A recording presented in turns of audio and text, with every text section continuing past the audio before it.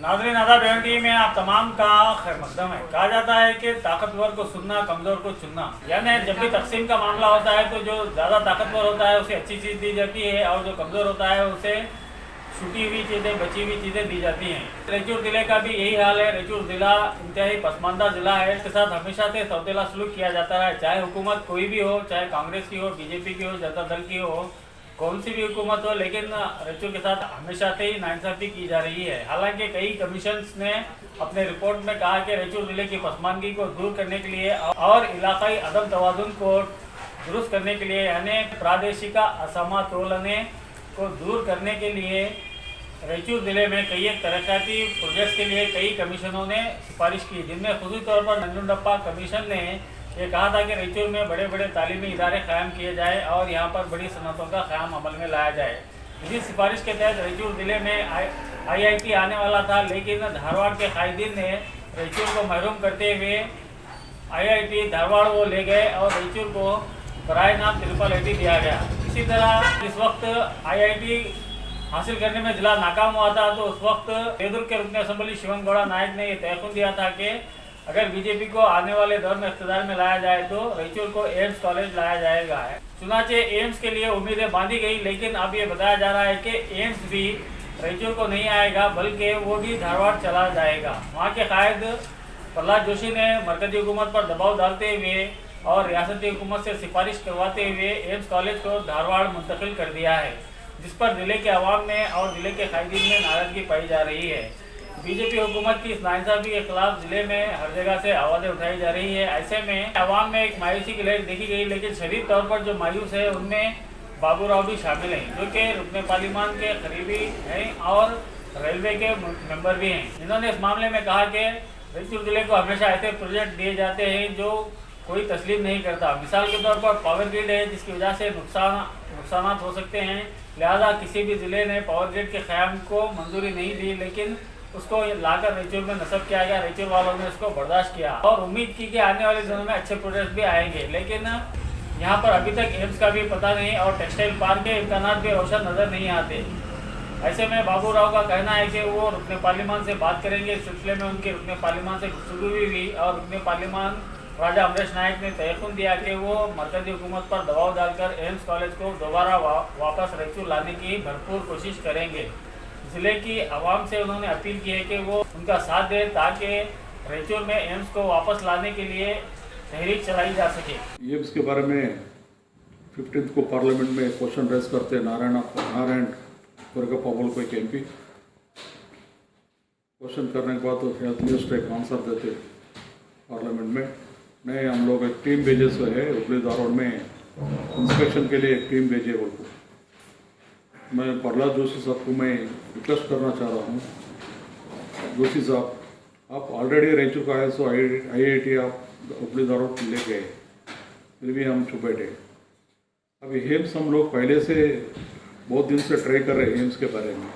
आपको भी हम एक लेटर लिखे और हेल्थ मिनिस्टर को एक लेटर लिखे, चीफ मिनिस्टर को एक लेटर लिखे। हम रिक्वेस्ट कर रहे थे कि हमारा जो रेचूर डिस्ट्रिक्ट है बहुत बैकवर्ड डिस्ट्रिक्ट है, हैदराबाद कर्नाटका में 371J गवर्नमेंट ऑफ इंडिया जब बिल पार्लियामेंट में बिल पास होता 371J बोल को हमारे को देने के बाद फिर भी हमारे साथ नाइंसाफ़ी बहुत कुछ हो रहा है। जो भी रिजेक्टेड है APC रहते, YTPC रहते पावर ग्रिड रहते, ये तीनों भी इंडस्ट्रीज पावर ग्रिड्स ये कहाँ गया तो आपको तो मालूम है। ये जो भी है हमारे पास 44 टेम्परेचर रहने के बाद भी हम लोग KPC और पावर ग्रिड YTPS ये हमारे पास डाले। हम रेंदेबल को हम लिए, कौन सा भी डिस्ट्रिक्ट उसको नहीं लिए। बहुत जगह स्ट्राइक हो गया पावर ग्रिड लेने के लिए। सब डिस्ट्रिक्ट रिजेक्ट करने के बाद हम रेचूर में डालने के बाद हमारे पब्लिक रेंदेबल को खामोश गए। 44 टेम्परेचर में धूप और 2-3 टेम्परेचर भी ज़्यादा होता। इतना सब हम बर्दाश्त करने के बाद भी हमारे एक बड़ा प्रोजेक्ट दे बोल को आपको बहुत सालों से हमारे लोग रिक्वेस्ट भी कर रहे हैं। हमारे लोग बहुत बैकवर्ड, एजुकेशन भी कम है हमारे पास और एम्प्लॉयमेंट भी कम है, यूथ बहुत है, हमारे को गरीबी बहुत है। एक बड़ा प्रोजेक्ट दिया तो हमारा डिस्ट्रिक्ट डेवलप होता बोल को हम प्राइम मिनिस्टर साहब को भी एक लेटर हमारा एमपी साहब भी लिखे थे, हम जो भी जितने भी संगठन हैं रायचूर में पूरे लोग लिखे थे। जोशी साहब हवाई सो एम्स भी हुबली धारवाड़ को लेके आए। मैं पूछता हूँ जोशी साहब, ऑलरेडी आपको हुबली धारवाड़ बहुत डेवलप हो गया है, आप कौन सा भी इंडस्ट्री में रहते नंबर 1 पे है, आप लोग एजुकेशन में नंबर 1 पे है। हमारा को IIT आने का आप लेके IIIT गया उधर, हमारा पास Cotton Corporation of India office था वो भी आप लेके है। मैं पूछता हूँ जोशी साहब को, जोशी साहब एक पार्लियामेंट के मिनिस्टर, एक बड़ा पावरफुल सेंट्रल मिनिस्टर है, कर्नाटक तरफ से आप MP बन को गए, आप खाली हुबली धारवाड़ का MP नहीं है, आप पूरे स्टेट को हमारा डिस्ट्रिक्ट भी आप देखना। आपसे हम एक रिक्वेस्ट करते, हम बहुत बैकवर्ड है, क्यों हमारे कोई बड़ा प्रोजेक्ट आप नहीं दे रहे? ऑलरेडी आप डेवलप हो गए तो क्या मतलब है? जिस जगह डेवलप नहीं हो गया वहाँ डेवलप करना बहुत वो इंसानियत है, और हम पूछने में कुछ गलत है क्या इसमें?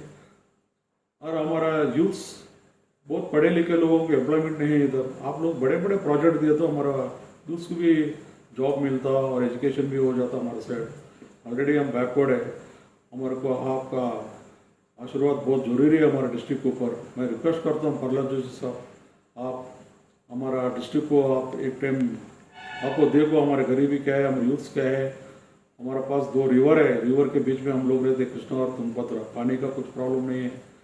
और आल में एयरपोर्ट भी हमारा चीफ मिनिस्टर साहब और सेंट्रल गवर्नमेंट फंड भी दिए पर्सन चीफ मिनिस्टर साहब 186 करोड़, यहाँ पर एयरपोर्ट भी आता हमारे को।